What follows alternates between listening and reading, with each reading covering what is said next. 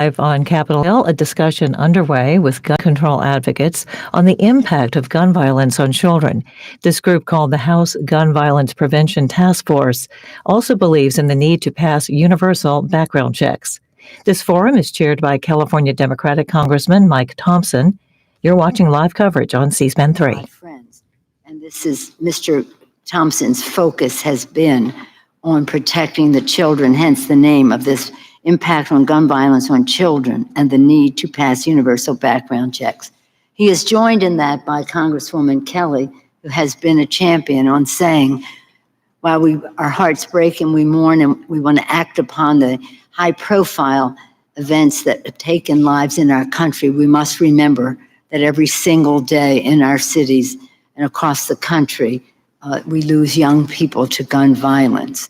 Thank Mr. Phillips, a newlywed up here, taking the time, but just married this weekend. But this was very important for him to be here. Bobby Rush has been a victim of gun violence in his own family. The list goes on from all of our distinguished members who consider this of the highest priority.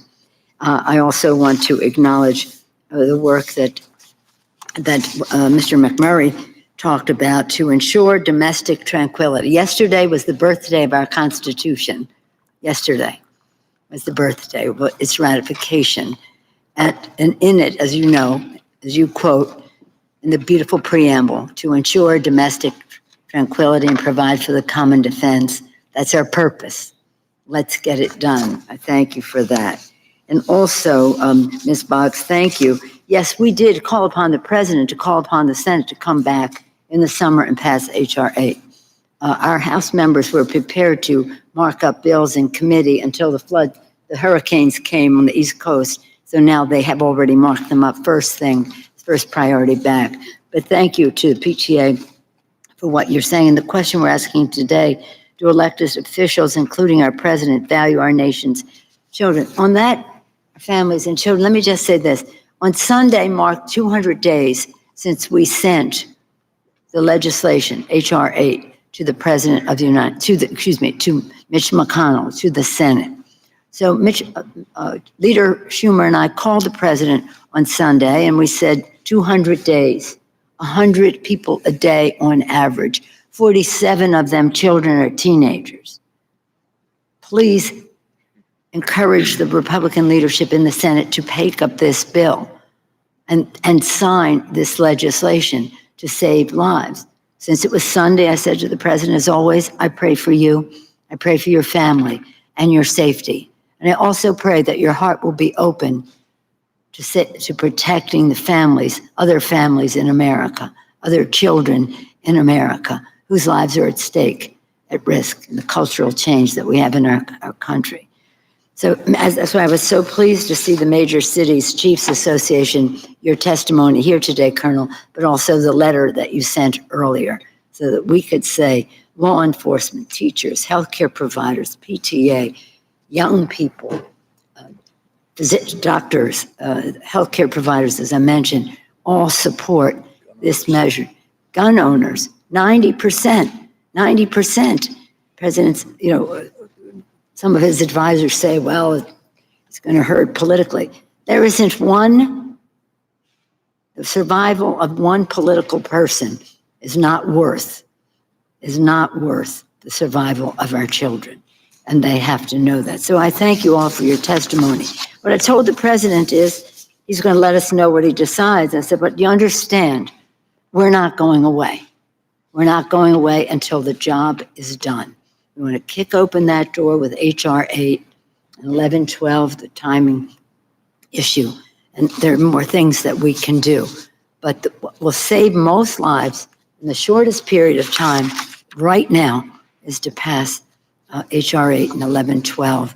And we hope that the President will give a positive sign to doing that. But understand your power, your testimony. It supports, one of you said, we're tired of, was it you, Mr. McMurray, right, about hopes and prayers or whatever. Mr. Thompson has declared himself a very prayerful person and thoughtful person that he is. We have to act, and we cannot use hopes and prayers as any excuse for not acting. So thank you for for the generosity of spirit, for taking the time to make the case, to strengthen the case. And I thank the chairman for his distinguished service. And yield back my time. Thank you, Madam Speaker. Now, the members will be recognized for 4 minutes to inquire of the witnesses, and we'll start with Mr. Phillips. Thank you, Mr. Chairman, Madam Speaker, to my task force colleagues, and particularly to our witnesses. Thank you for being here today. Destiny, you used the word normalized in your testimony, and I want you to know that we cannot and we will not let gun violence in America become normalized. And we cannot and we will not let the majority leader of the United States Senate obstruct the will of the American people. And I'm saddened and frankly appalled that we even have to have a hearing like this today. But it is a beginning, and I'm grateful to all of you for being here. You know, I can't believe we now live in a country in which our children have to be subject to active shooter drills in schools. And I cannot believe we live in a country in which parents have to consider buying their children bulletproof backpacks to go to school. I'm one of those parents, a father of 2 daughters now in college. The fact that I have to think about them if they go to a concert, when they go to the store, or when they go to their college classroom is something I will not tolerate. And to that end, my first question is to you, Mr. McMurray and Ms. Boggs. Please talk to us about the emotional toll, psychological toll on the health and well-being and even academic achievement that just the fear of gun violence in schools is having amongst children and also teachers.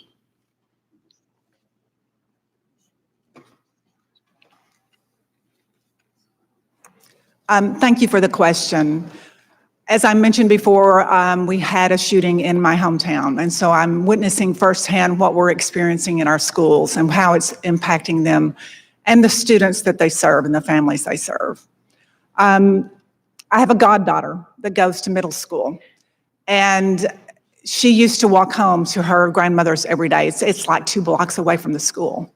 She no longer can do that any longer because the fear and the trauma that she's felt by witnessing the shooting that happened in her community, she no longer feels safe.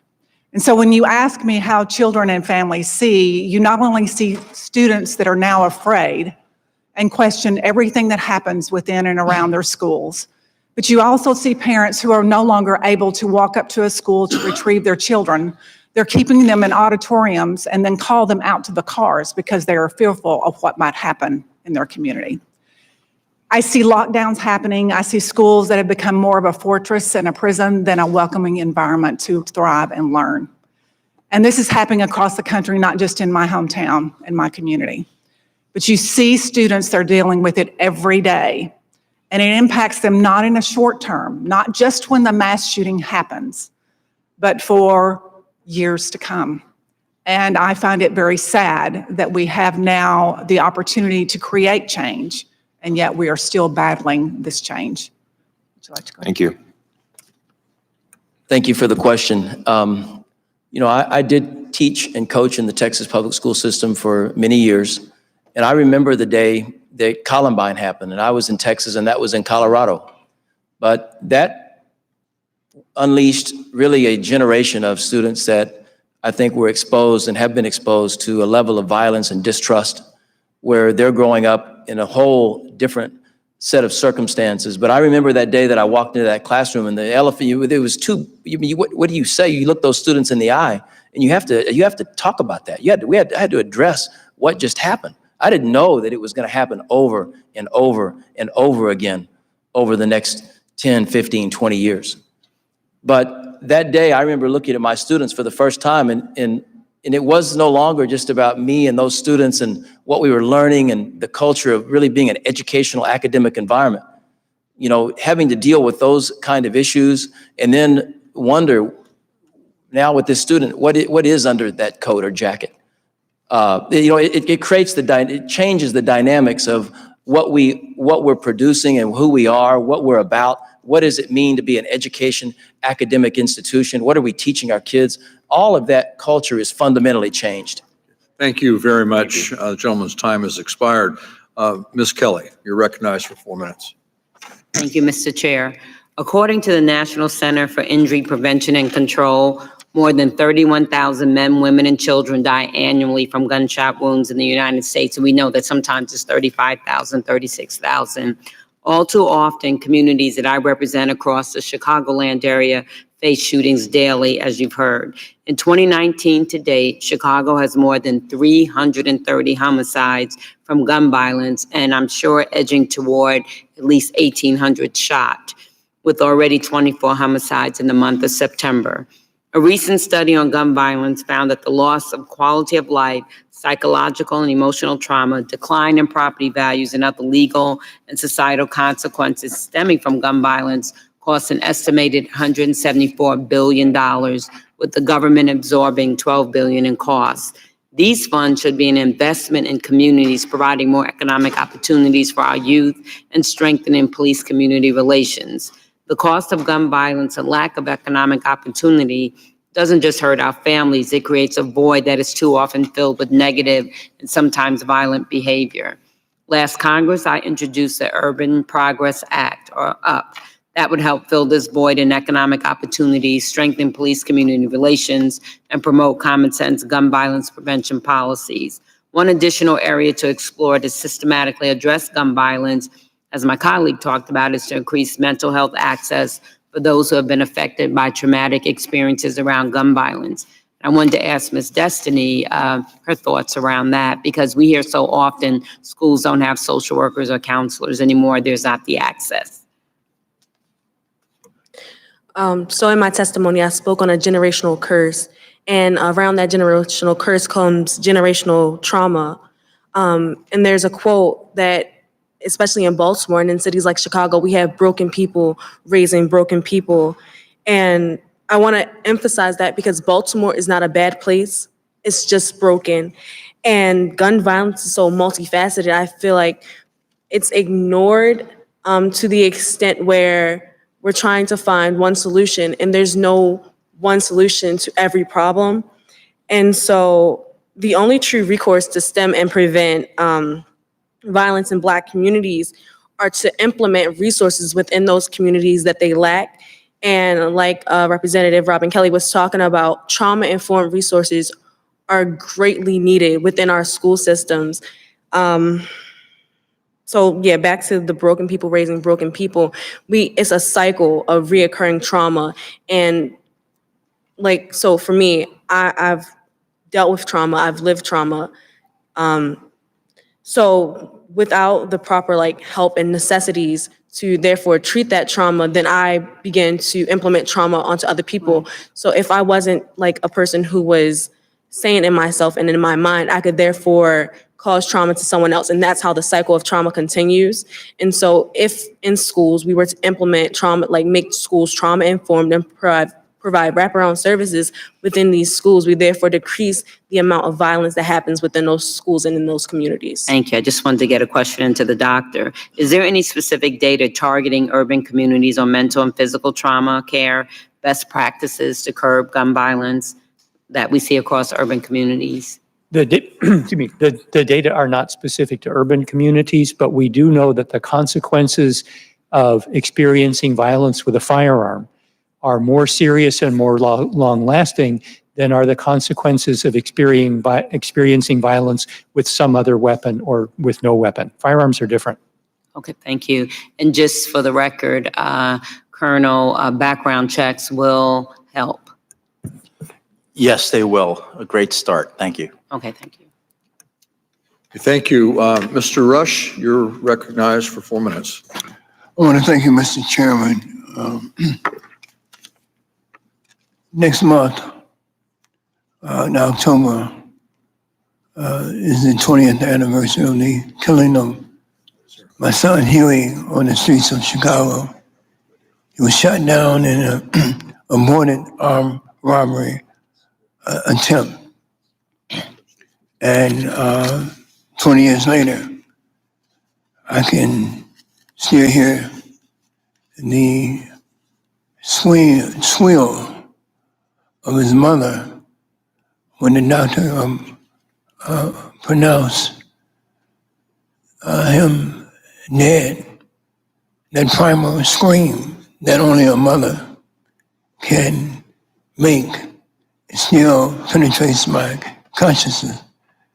And this is a question I have for any of the panelists who would like to respond. Too many of us have been directly impacted by gun violence, whether it be a family member, a loved one, a classmate, or a beloved colleague that may have been killed. It feels like a sense of worthwhile humanity, the emotional toll, the vacuum that's created and caused by this senseless, sudden loss of life. All this is lost. And it seems as though no one really hears the pain and the squeal, the sense of loss. We hear folk talking heads in the media. We listen to the empty-headed, empty-minded, empty suits that are supported by the NRA that espouse this insensitive garbage about how guns don't kill people, people kill people. And we all know that this is nothing but total nonsense. But what gets lost in these conversations about gun violence is the human toll, the suffering of family members, the community, friends, this sense of horror and emptiness that's caused by the instant loss of life of a loved one, of young people who had so much promise that was taken away far too soon. So I'm planning to introduce a legislation to establish a national memorial or even a museum dedicated to these victims so that they become not just a statistic, not just a number, but a life lived and a person loved. I'd like to get your response to this idea of a memorial or a museum. Thank you, sir. On behalf of my colleagues, including myself, we engage with our community members on an annual basis with our victim services staff, our domestic violence detectives, to make sure that, one, we never forget those that lost their lives to gun violence and other homicide victims. And we light candles at a memorial service in the community. We do 5K walks, and we leverage the advocates, just like we're doing today in our local communities, to stop the violence. And the missing piece, obviously, is the legislative effort. But you're absolutely right. We cannot forget those that perished in this unfair trauma inflicted upon the United States. And a young community member from Baltimore here, traumatized, but she's doing something about it. And we need to do more. And informing people of the trauma is a great start. Thank you very much. Mr. Snyder, you're recognized for 4 minutes. Thank you, Mr. Chairman. Thank you for organizing this hearing. I want to thank all the witnesses for coming here and both courageously, passionately, and eloquently sharing your perspectives, telling your stories. Ms. Philpott, to experience what you've experienced, I cannot imagine.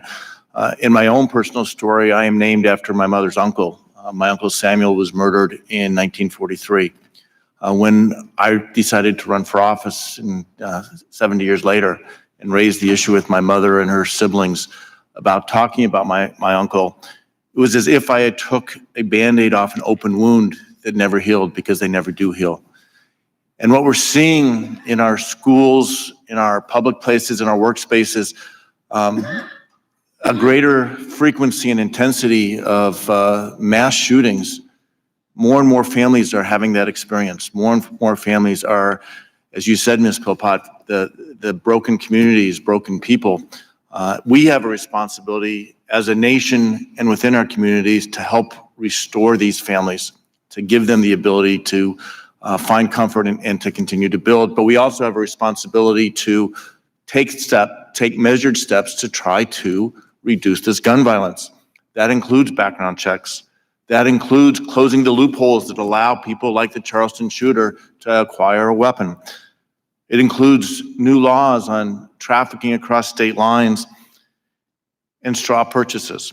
There are things that we can do and we need to invest in the research as a nation. But I would like to ask the panel is, what also can we do to empower our communities? And Ms. Philpott, if I can start with you, because you're there in the community with young people, what more can we do for you and your fellow students, fellow young people to empower you to make a difference? So as an activist, a youth activist in Baltimore, I always talk about resource availability and restorative justice and housing justice and economic justice within Baltimore. We see deficits within our school systems, buildings that are falling apart. You can't have a substantial amount of kids that want to be in school in circumstances like that, or coming from communities where they might not be able to leave out because there was just a shooting right down the street from their school, or their mother or father was just shot, like my friend Milton. There's a lot that my community needs. There's so many different viewpoints that we have to look at if we're going to address the root causes of violence. Like I said, there's no one solution to every problem, because if you want to address every problem that happens in urban communities like mine, you have to be willing to address the root causes of violence. And so it's a long list and a long standing of what we need to do and the steps that we need to take. But I think the first step is providing resources in these communities. Thank you. Chief, let me turn to you, and I'll ask it in two questions. The first is a fairly basic question. Would passing H.R. 8, the background check bill that this House passed more than 200 days ago, would that help? And then are there other things we can do to empower you and people in your position to reduce gun violence? Absolutely. Passing H.R. 8 will help. And the other things that we can do were just stated bluntly by my colleague here. When we look at our community and the root causes of violence, obviously the availability of guns is the #1 leading cause of the violence. But my peers and I, as law enforcement officers, we need to engage with everybody else in the community and our local government and state government and federal government to bring the resources to heal the community, whether it's public housing, the fear, anxiety, partnerships with schools. We need to be in the fabric as law enforcement leaders and officers with everyone, and together as a community to have safer environments to travel to and from school, as the examples given here today, safe classrooms, and to produce productive community members. It's all our responsibilities. And if we start with restricting the ability to have a gun in an illegal manner, that's a great start. Absolutely. Well, thank you. And I know for me, 75 years after my uncle's death, we continue to fight to make progress, and I honor his memory. I promise you, Ms. Philpott, will honor Milton's memory and memory of all your friends. Thank you. Thank you. Gentleman's time has expired. Mr. Sarbanes, you're recognized for 4 minutes. Thank you, Mr. Chairman. Thank you for convening this hearing and for your leadership of the task force. And I want to thank our witnesses for coming today. As many of you have pointed out, what we need right now desperately are profiles in courage. And we need to see that on the Senate side. We need Mitch McConnell to stand up for the 90% of Americans who want to see these common sense gun safety measures put in place rather than assisting in holding us hostage to the 10%. It doesn't make any sense. It's incomprehensible, and it's indefensible, the position that he's taken. This House has acted, as you know, with H.R. 8 and H.R. 1112. We did it early. It was actually the first major piece of legislation that was passed in this Congress by the House of Representatives was H.R. 8 to put in place universal background checks. And so it's been months and months and months that we've been waiting for the Senate to act. And as many of my colleagues have said, we're not going to let up, as Speaker Pelosi indicated. We're going to keep the pressure on. Part of the reason I have some confidence and optimism that is going to make a difference this time is because of the advocacy that's coming from people like those of you who are testifying today. Fundamentally, it's about whose side are we on? Are we on the side of Americans who become increasingly fearful about gun violence in every community? And we need Mitch McConnell to stand on the side of our citizens who want to see these measures put in place. You often hear people say, and there was an allusion to this earlier, that, universal background checks aren't going to solve everything. That's true, but it'll make a difference. Destiny, you mentioned that, or you observe that universal background checks are not going to hurt anyone, but they can save a lot of lives. The thing that makes me most frustrated when we have these high-profile, tragic mass shootings is the sense of powerlessness that follows in their wake, which I think is corroding at the psyche and spirit of the nation. That we can't seem to do just one thing after these tragedies, just one thing. Are we that weak? Are we that powerless?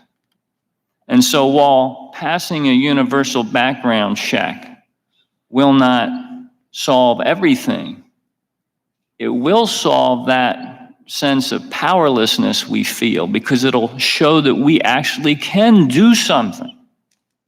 We can begin to fight back.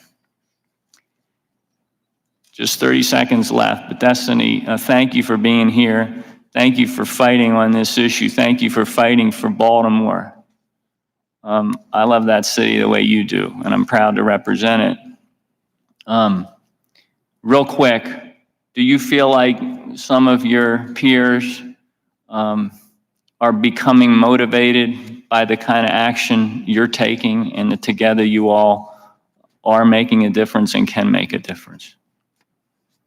By amplifying the youth voice, yes.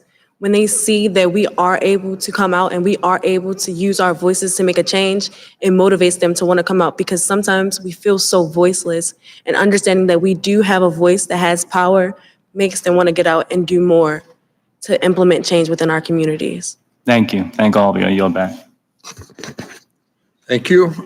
Dr. Ruiz, you're recognized for 4 minutes. Thank you, Mr. Chairman. I cannot emphasize strongly enough that this is a public health issue. And as an emergency physician and public expert, I'm heartened to see a fellow emergency physician and public health expert on our panel today. Dr. Windmute, thank you for sharing your moving story, and thank you for your work to save lives. You and I both have seen the realities in being in the front lines when victims of firearm violence roll into our emergency departments, and we've worked to save their lives. We've mourned with their families.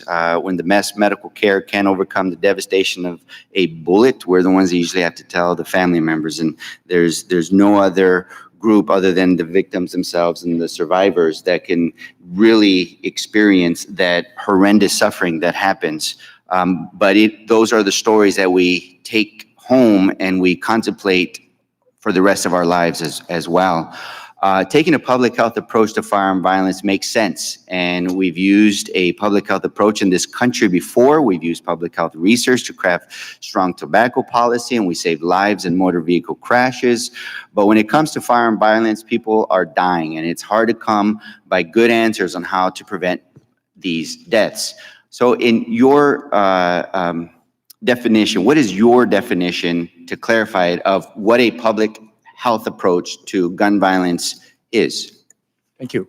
The best articulation of that point of view I've ever heard came from Dr. David Satcher right after he took over as head of CDC. And he said to the New York Times, look, if violence isn't a health problem, then why are all these people dying from it?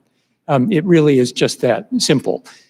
There are deaths, there are injuries, there are long-term consequences to those who are affected, to our community. We vastly underestimate those consequences. What does it mean to take a public health approach? What it means to take that approach is to study this as if it were a health problem, which it is, to understand what the risk factors are at the individual and, as Destiny has pointed out, at the societal level, to understand how to intervene between risk and outcome so that risk factors don't necessarily mean that bad things happen. One way to do that is to enact comprehensive background checks, which will identify people who have risk factors, prevent them from acquiring the firearms with which they would do firearm violence. Can't shoot somebody if you don't have a gun to do it with. It is really that straightforward. And as you mentioned, it is a time-tested approach. We're using it at the moment for opioids. So in other words, we use the scientific evidence to identify high-risk individuals, and we make sure that those individuals, like people who have shot somebody else in the past, don't get their hands on guns, right? That's correct. Okay, and so what else has the scientific evidence shown to help reduce overall risk and incidence of gun violence deaths? Another time-tested approach is to broaden the criteria for prohibition. I'll give one example. There are others. In California, we have enacted a law that prohibits people who've been convicted of misdemeanor violent crimes from purchasing or possessing firearms for 10 years. In most of the country, it is simply a myth that people convicted of violent crime cannot legally purchase firearms. Our work has shown that that new policy reduced risk for violent crime among the people who are directly affected by 25 to 30%. That's a big difference. And what further research would you like to see? Oh, you ask a researcher that question. I will prioritize this. I don't think we know nearly enough about the consequences, the effects, again, not only on people who've been shot and their family members, but on the communities of people who care for the people who've been injured. And in the world of prevention, what other research would you suggest? I would like to see intervention trials where states, since Congress has not acted, states that are again serving as democracy's laboratories are enacting new policies in an effort to prevent violence. We need to see if those policies have their intended effects. Thank you. Thank you very much. Mr. Pasquale, you're recognized for 4 minutes. Thank you, Mr. Chairman. And thanks for putting us together today. And you've done a lot of work over the last several months. This didn't just happen. I want to thank the panel, your brave people to come to give testimony today. And Doctor, we're going to need you and people like you to convince, I get a charge out of people talking about the fact that, this is a sign of mental illness whenever there's a shooting. These are the same people who didn't really support mental health parity. And take a look, I'm not joking about it. This is serious business. Patrick Kennedy came to this house and led us, if you remember, to legislation dealing with the very things that you've been talking about, Doctor. Destiny, I project in 10 years, think about it, that you'll be safe and sound and still doing what you're doing and teaching us. Ray, as a teacher, you have a tremendous amount of influence. And the kids shall leave us. Parkland proved that children shall lead us. Leslie, PTAs and what they're doing now, because they understand the severity of the situation. Thank you. Colonel, I want to talk to you heart to heart. 28 years ago, as the mayor of the city of Paterson, New Jersey, I stood with Governor Florio on the steps of City Hall in Paterson to sign one of the first bans in this country of assault weapons. And as I went to City Hall that day, I went to the police station, I'm sorry, I saw police on the top of the garages and buildings around City Hall. I walked in and I said to the public safety director, what are they doing up there? Looks like an armed camp. He says, it is. We've had threats on both you and the governor. So therefore, come and follow me. So I followed him into the police office there, his office, the director's office, and he gave me my first flak jacket. So you're gonna have to wear this out to the ceremony in order to sign the ban on assault weapons. And so did the governor have it as well. My job, Colonel, my job is to protect you. My job is to protect every police officer. So while I'm functioning here about children and priorities, I want you to know that you are a priority. I do everything as the co-chair of Public Safety, the Congress of the United States, to get to that point. Because you are our first line of defense. Background checks are going to help us. You know more than anybody else in this room how effective they are, how it helps you in an investigation. I know it's after the fact, but you're in place to do that. You need all the help that you need besides a trained police officer, besides a well-armed police officer. Our policemen, Mr. Chairman, are outgunned and outstaffed. So those who yell law and order and those who point out that these mental people out there are doing all of these things and we don't have to worry about it, guns kill people. No, people kill people. That's their motto. Put it on a bumper sticker and see how many kids it saves. Say how many police officers it saves. So if I don't do my job, then you should get rid of me and put someone else in my place who can do that job. And I thank you for all your service. You've done a heck of a job here today, I'll tell you. Thank you, Chairman. Thank you. Mr. Evans, you're recognized for 4 minutes. Thank you, Chairman Thompson, for holding this hearing, and thank you for the witnesses speaking with us today. In 1993, the CDC study showed that bringing a gun in the home brings everyone to a much greater risk of gun violence. The NRA disputed the findings of the study in 1996. Congress revoked the CDC's ability to research gun violence as a public health issue. Earlier this year, thanks to Madam Chair of the Appropriation Committee, the House passed what will be the first federal funding for gun research in 23 years. I was proud to vote for that $50 million in its long term. Gun violence is a public health issue. Guns killed nearly 40,000 Americans in 2017. That's 40,000 Americans. As a comparison, nearly the same number of people died from breast cancer last year. Yet there's no dispute that breast cancer is a public health issue. Do you know what happens when we treat motor vehicle death as a public health issue? The number of motor vehicle deaths decreased by 45%. Doctor, in my home city of Philadelphia, there was 154 killings and 631 victims of gun violence in just the first 6 months of 2019, not to mention the thousands of family members and friends who was affected by death or injury of a loved one by gun violence. This, doctor, guns took the lives of 102 children and young adults in Philadelphia just in 1 year. This is why it is critical that the Senate address the issue as our chairman has indicated and what he has stated. This is a public health issue. The Philadelphia Inquirer recently did a story about this title called Shot and Forgotten, which I encourage everyone to read.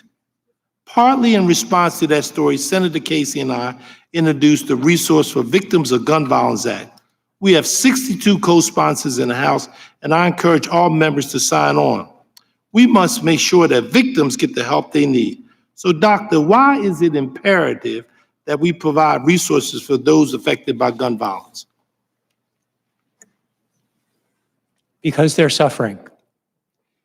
People who have been shot face long-term physical and psychological disability.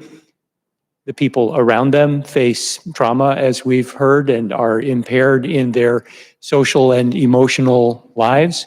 Entire communities are adversely affected. I would argue there's a moral imperative that we would provide those resources. Let me double down. I think there is a moral imperative that we provide support for research. There is no such thing as intervening effectively with a complex health problem without understanding it. We don't fly blind when we go after breast cancer. We don't fly blind when we go after opioids or heart disease or motor vehicle injuries. But we are asking ourselves to fly blind when it comes to intervening and preventing firearm violence. That's just wrong. I thank you, Mr. Chairman, for that time. I yield back to you. And again, I want to thank the chairwoman of the appropriation because it was under her leadership that we got that 50 million for the purpose of the CDC. Thank you, Mr. Chairman. Thank you very much. Mr. Clay, you're recognized for 4 minutes. Thank you so much, Mr. Chairman. Let me start by saying that since April of this year, I represent St. Louis, Missouri, and we are quickly becoming known as the murder capital of America. And since April, more than a dozen teenagers and children between the ages of 2 and 17 have been killed by gun violence. So let me start with the Colonel.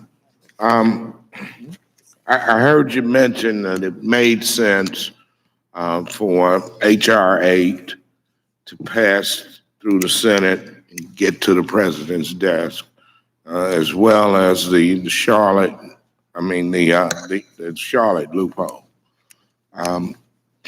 Let me ask you, would it be helpful if local governments could determine their own firearms regulations and instead of being dictated to by the states, their respective states? Right now, 43 states limit local government from passing more stringent firearms regulations than what is allowed by the state. Can I hear your opinion on that? Do you think local government would be a good place to start? Yes, I agree. Local government is a great place to start. And Fairfax County's local leaders have already started that for years. And obviously getting past their General Assembly in Richmond is an obstacle. Obviously, Virginia is a gun right state like many other states. But when we talk about the issues in the local level of these mass tragedies or individual tragedies, and we do the psychological autopsy, if you will, of the person that inflicted the violence, we're lacking legislation to prevent those. We know what these psychological autopsies, our homicide investigations, reveal to us.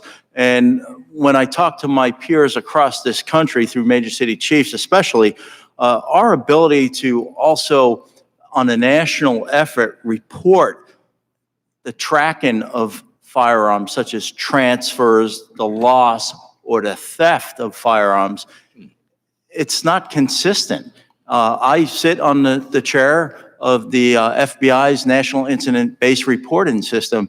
And on an annual basis, we wrestle with that ability on a national level to track all of this. So yes, we need to take local action at the same time because we're not getting the federal action.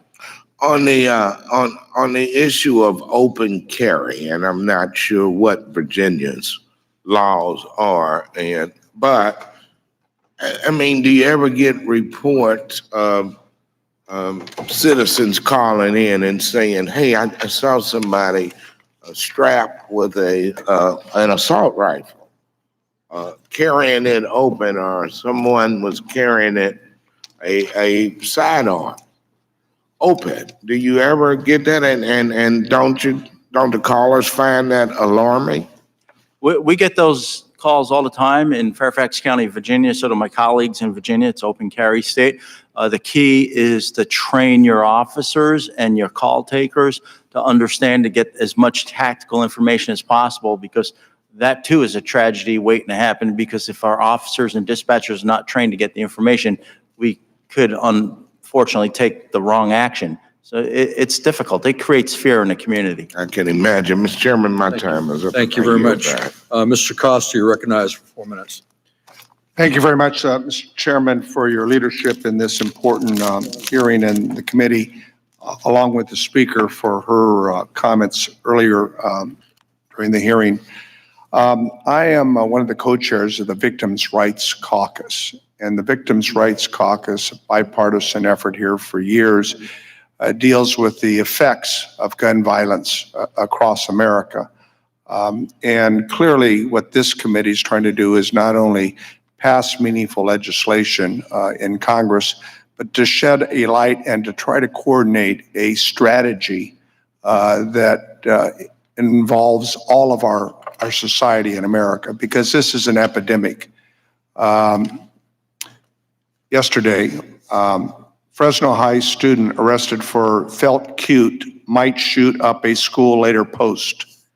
Police arrested 16-year-old Fresno High School student Tuesday after the teen allegedly shared an Instagram post about shooting up a school. School administrator alerted authorities to the post, while police say it was a photo of a student with a caption, in quotes, "Felt cute, might shoot up a school later." Officers found the student on campus around 6:15 yesterday. The teen was arrested on suspicion of making criminal threats.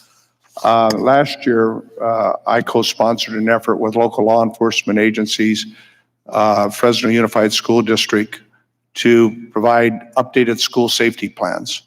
We know about students now looking for bulletproof backpacks. We also did the same in Merced with local law enforcement agencies and school administrators and school groups. This is part of an overall effort. Yesterday, in the Merced, another community I represent, USPS employees shot in the head while walking home from work. It's everywhere, clearly. And Colonel, I appreciate your emphasis on the background checks, and you were also asked what else can be done. And you said clearly that there's multiple efforts on a strategy, because we know no single solution is going to solve this crisis in America. I guess I'd like the good doctor from UC Davis and law enforcement school.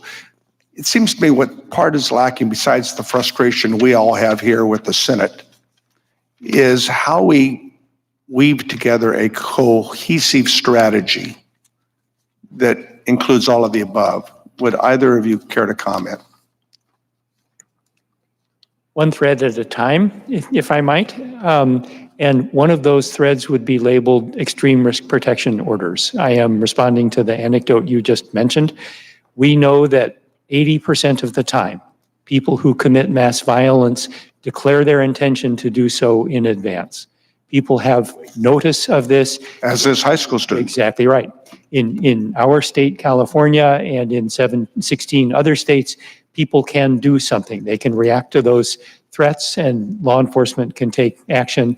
There is federal legislation pending to encourage other states to do this and to adopt a federal ERPO. To your point, with President Unified, it is the intention to protect against active shooters, bomb threats, or other acts of violence. School lockdown is a precautionary measure issued in a response to a direct or nearby threat. Requires staff and students, to respond quickly and comply with the rules. We recently published a series of 21 cases in California in which extreme risk protection orders were used in an effort to prevent a mass shooting. None of those mass shootings occurred. Colonel? When I take the school example, best practices across this country, school resource officers are part of the fabric. Social media is where the threats are. We need to act on those threats, door knock, get them diverted into mental health services immediately. Okay, thank you very much. The gentleman's time has expired. Ms. McBath, you're recognized for 4 minutes. Thank you, Chairman Thompson, and thank you so much once again for holding this really important hearing and forum as we continue to tackle the scourge of gun violence. And I want to thank each and every one of you that are sitting here today. Thank you for your courage. Most specifically, Destiny, thank you very, very much. It is critical to be able to hear your voices. Your peers are going to be key in helping to really eradicate what's happening across the country in unnecessary gun violence. So thank you for your courage and your fortitude to continue to be a voice of change. From school shootings to violence in our communities, children should never, ever have to live in fear of gun violence. I believe we are at a very critical moment for gun violence prevention. From expanding background checks to closing the Charleston loophole, all the things that have been mentioned here, to passing a federal extreme risk protection order. And thank you, Dr. Wintemute, for mentioning that. We are all finally taking action. Today, in the Education and Labor Committee, which I just ran in from, we did actually mark up the School Shooting Safety and Preparedness Act so that we can finally understand the problem of school shootings empirically. This will allow us to learn more about how we can protect our children and provide resources to our schools as we work to prevent these tragedies.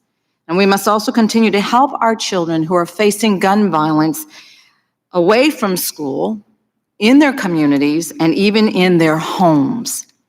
We must make sure that we're protecting children from the gun violence that doesn't always make the news headlines, as you have mentioned yourself, Ms. Destiny.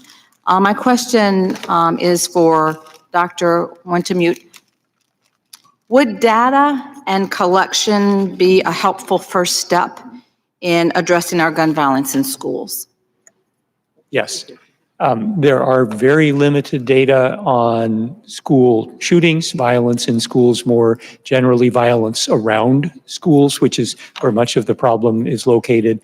And more generally, there are very limited data on the nature and severity of violence in the United States, gun violence in particular, and important sources of information that were used for research in the past have been taken off the table. It is now impossible to get access to data that were used in critical studies to understand the structure and function of criminal gun markets, for example. That research can no longer be done. Thank you. And so would you agree then that the $50 million that's now been appropriated for the CDC and the NIH for gun violence prevention research, this information here, if we were able to collect this on school shootings, would be invaluable to being able to get to some solutions? Absolutely. I think that amount would be a very good start. Thank you. Ms. Boggs, you may be aware of programs like those that are led by Sandy Hook Promise that seek to reduce social isolation at school and to teach kids the signs of a person in crisis so that we can prevent gun violence. How can we support these types of programs? And what other steps can we take to empower our students, our parents, and teachers to prevent gun violence? I think Congress has the opportunity to fully fund Title 4A, which really is a comprehensive look at our school safety. I think parents and teachers and community members need to be a part of the conversation to really come up with what works for their specific situation and their communities. It's important whenever we look at where we're going. finish, but That go quickly, collaborative we're out of leadership time, is so. really, really important. So I appreciate where you're going and what you're wanting to see happen. But I think, again, just fully funding what we have, plus what you mentioned, the $50 million is a great step forward. Thank you very much. Ms. Jackson Lee, you're recognized for 4 minutes. Thank you, Mr. Chairman. Let me thank all the witnesses for your presence here today. I could spend time with you longer than we've had the opportunity, and forgive me for stepping out. We're overlapping meetings, but I wanted to get back here to just personally say thank you. I'm going to run very quickly through my questions. Anyone that wants to answer, would you agree that providing $75 million in additional funding for the National Instant Criminal Background Check to help gun stay out of criminals, dangerous criminals, is important, that is a mere amount of dollars to improve that? Just go quickly. Yes. Colonel, not Colonel, but. Absolutely. Yes. Yes, Colonel. Yes. All right. Thank you very much. Let me also indicate that Dr. Shook of the Texas Children's Medical Center in a gun summit that I had said that gun violence and its aftermath cost $300 billion. I'd like to ask Dr. Wintermute, could that money be used better for gun violence research, for gun violence issues dealing with mental health, rather than the $300 billion for the aftermath of violence? Yes, it could be used for that and many other things. One example, if the trauma team is taking care of somebody who's been shot, that trauma team is not available to take care of somebody who's been in a car wreck. There are opportunity costs here. I thank you. I've introduced the Santa Fe High School victims. Many of you are aware of that. Would you support the idea that to prohibit private purchase or sale of a firearm or ammunition, except through a federally licensed firearm dealer, to ensure, Colonel, to ensure the fair transaction of that gun? Yes, to prevent all the loopholes, absolutely. And additionally, Sabika Sheik was one of those who died in Santa Fe. The Firearm Licensing and Registration Act provide for the licensing of a firearm and ammunition possession. Would anyone want to comment on that? Clearly, what we see in the gun violence is the majority of the people get the guns through other processes, street sales, or loopholes in the law. So that's where the weakness is. And so licensing would be very helpful if that was a requirement. We also know gun trafficking impacts cities like Chicago, where my good colleague and friend comes from. And people make fun of cities like Chicago, Washington, D.C., L.A., but they understand that guns come in from other jurisdictions. And hopefully licensing would be very helpful in that process. It will reduce the illegal sales, yes. Here's one that I have promoted since being a member of the Houston City Council. Every spring, when children are out of school, Colonel, and everyone else, you get a series of accidental shootings by the toddler, the 5-year-old, the 10-year-old who reaches into mommy or daddy's drawer under the bed.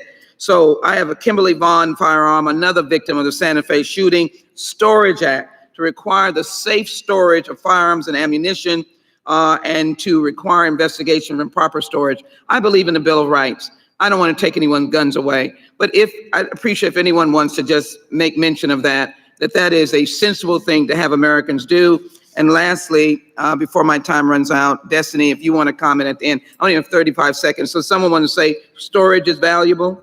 Anyone on the record? Yes, it is. Anyone else? Definitely so. Yes. Destiny, do you wouldn't just say how painful it is as a child to experience gun violence? It's painful. It's embarrassing. It's incomparable to anything else I've ever experienced in my life. Seeing people dead, seeing, and excuse my language, brains on a bench outside of Baltimore, it's not something that I would wish on my worst enemy.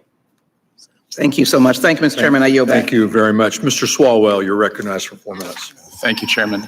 Destiny, just want to follow up and thank you for your advocacy, considering what happened to you and that you continue to lead this fight.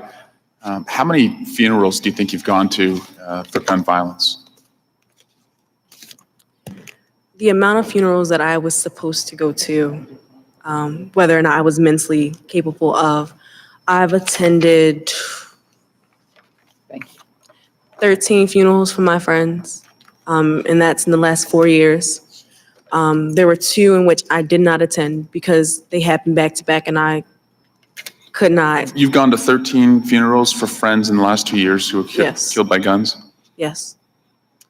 You're 60. And do your friends and you today worry that today could be your last day on earth because of the threat of gun violence?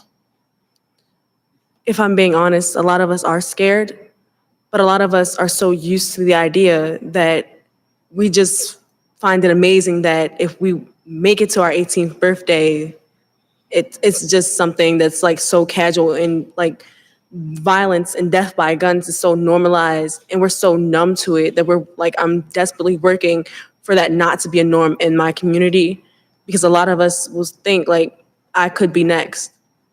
I went to Chicago a couple months ago, South Side neighborhood, and a young woman there told me that for most young men, the only time they'll wear a suit in their life is at their funeral. Is that kind of a sentiment that you see in Baltimore?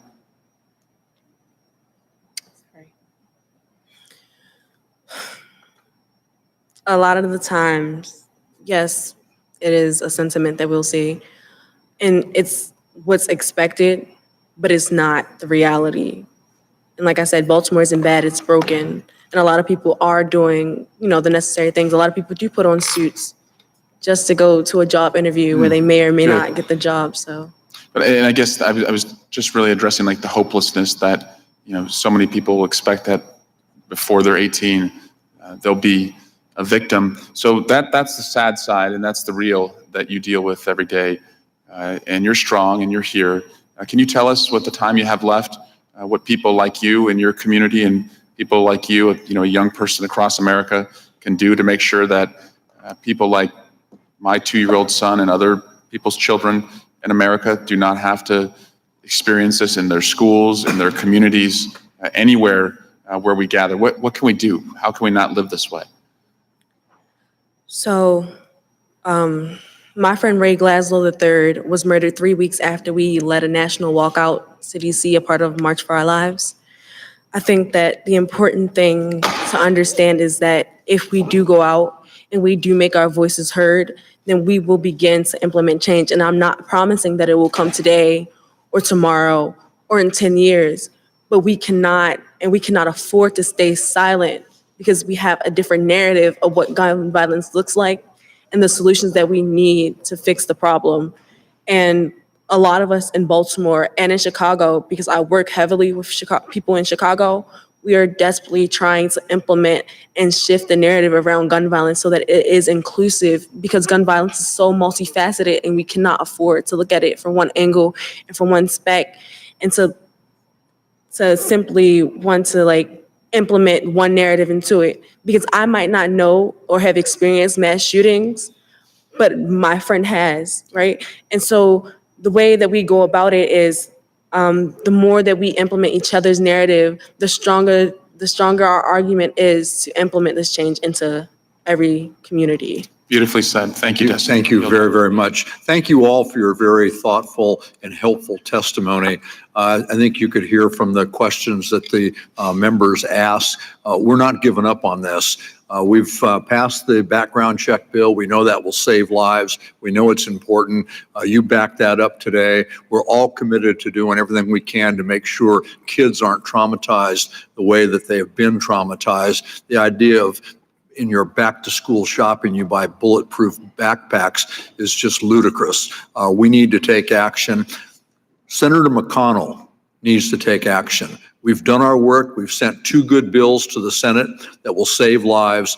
Senator McConnell needs to do his job, take those bills up for a vote so we can help save lives. Thank you very much. We've been called to vote, so I'm going to gavel out at this time. And again, thank you very much. We stand adjourned.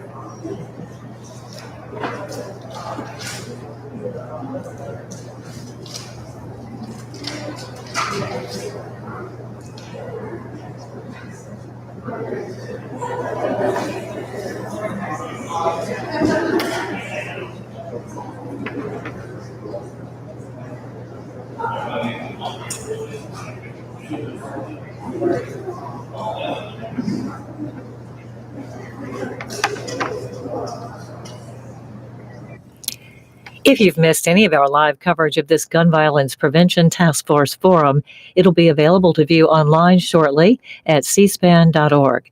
Just type Gun Violence Prevention Task Force in the video search box at the top of our homepage. And we have a programming change for you. With this event ending early, we'll take the opportunity to bring you live coverage of today's Federal Reserve briefing with Chairman Jerome Powell. That's scheduled to start at 2:30 p.m. Eastern, and we'll take you there live when it gets started. We've got more live programming coming up later today with the group Tea Party Patriots.